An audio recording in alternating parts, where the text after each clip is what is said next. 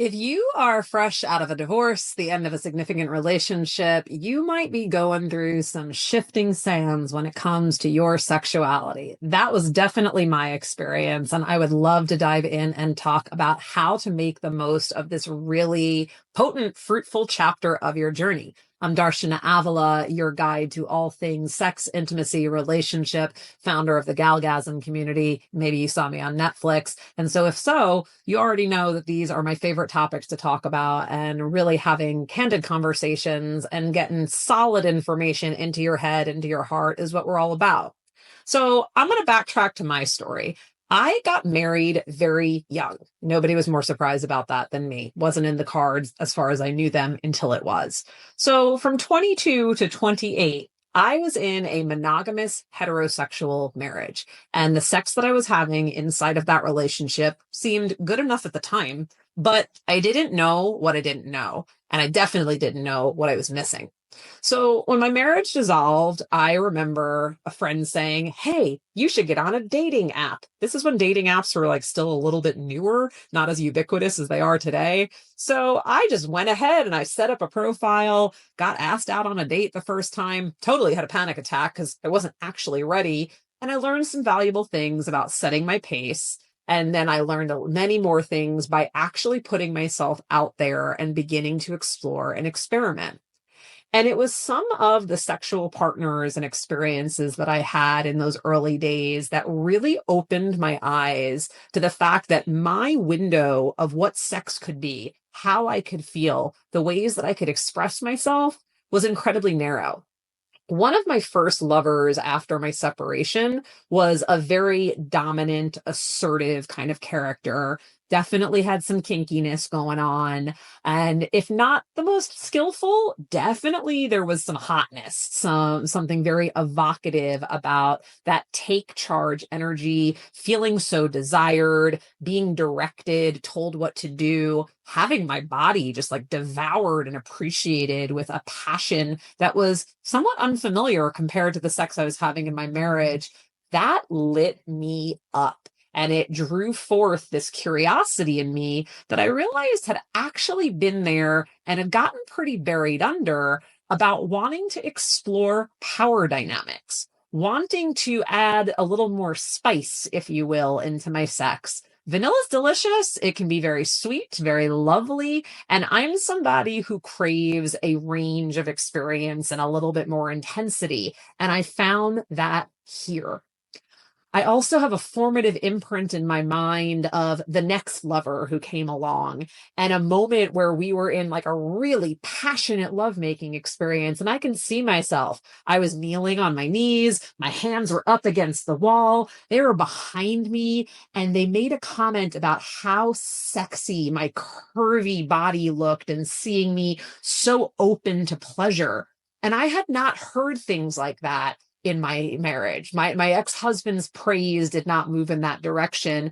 And I realized that, wow, I like this intentional objectification. It actually feels good. It was complimentary. It was hot. It made me feel sexy and empowered. And so again, here I learned something about the way that I like to be communicated with.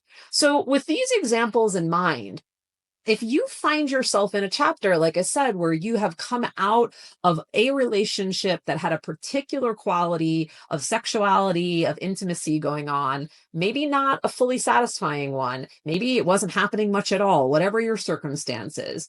First of all, I want to say it makes a lot of sense if you are really excited about dating and relating. It also makes a lot of sense if you're feeling really nervous about dating and relating with new people.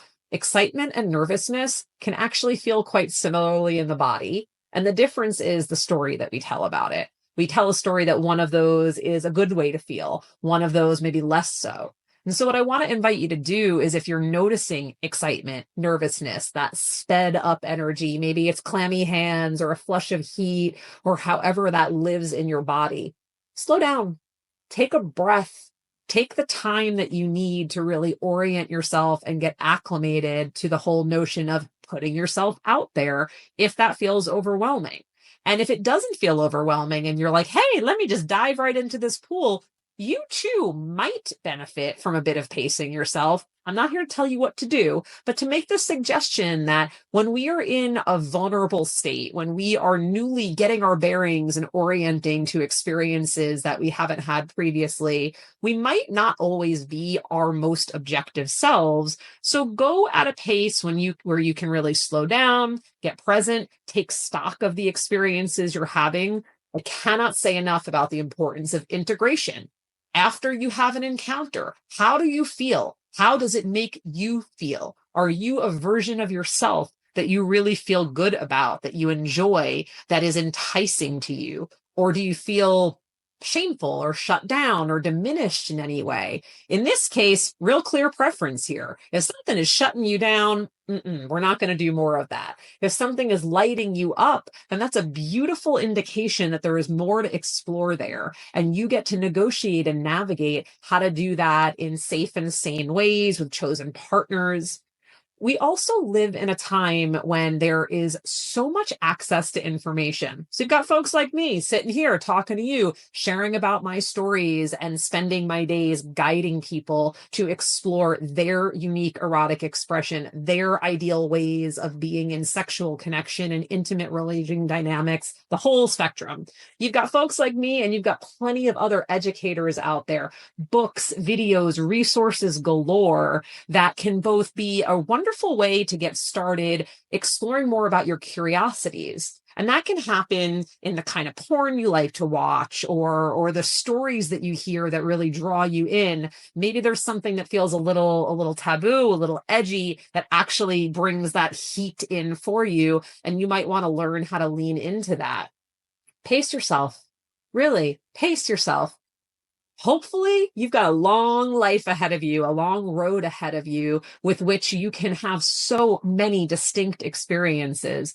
Really and truly, any dynamic between two consenting adults who are enthusiastically saying, yes, I want to do this, two or more adults, it should be said.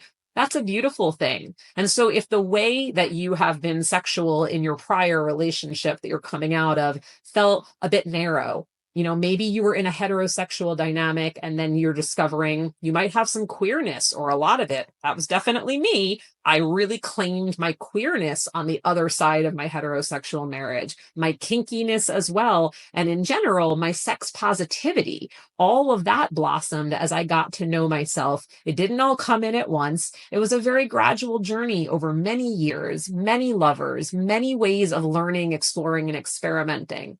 And so I want to remind you and invite you that you have that possibility as well. There's no expectation that you should suddenly know everything there is to know. Rather, can you live into that juicy, potent aliveness of this question the situation? I don't know.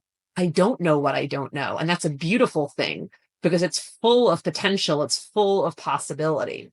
And if this is something that resonates with you and you are a woman or an AFAB person who wants to lean in and explore more, you should head over to Galgasm, my free online community, because this is exactly the kind of thing that we talk about, that there are guided practices around, that there's support among other like-minded souls who really are interested in embodying their most authentic erotic expression and living the best chapter of their lives. So if you're coming out of a chapter where you said goodbye to a relationship that was no longer a fit, and you are in that stage of saying hello to the next iteration of you and to really becoming your most authentic and vibrantly expressed self, I have some resources and I would love to share them with you. So I will see you there.